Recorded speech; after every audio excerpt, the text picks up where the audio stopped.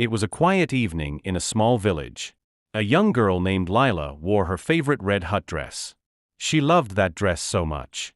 One day, she went out to pick some wildflowers near the edge of the bush. The sun was still bright, and the birds were singing. Everything felt safe. But as Liala walked deeper, the path behind her started to fade. The tall grass covered her footprints. She turned around, but she couldn't see her way back. The trees looked the same everywhere. "Hello, SH," she called softly. No one answered. Only the sound of the wind moved through the leaves. She tried to walk back the way she came, but the bush seemed to grow thicker. Branches scratched her arms. The sky turned orange, then gray. The forest became quiet, too quiet.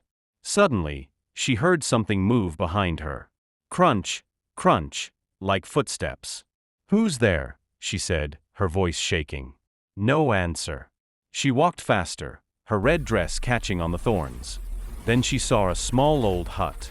Between the trees. The door was open a little, creaking in the wind. She felt scared, but she had no other choice. She stepped inside. The hut was dark. Dust floated in the air.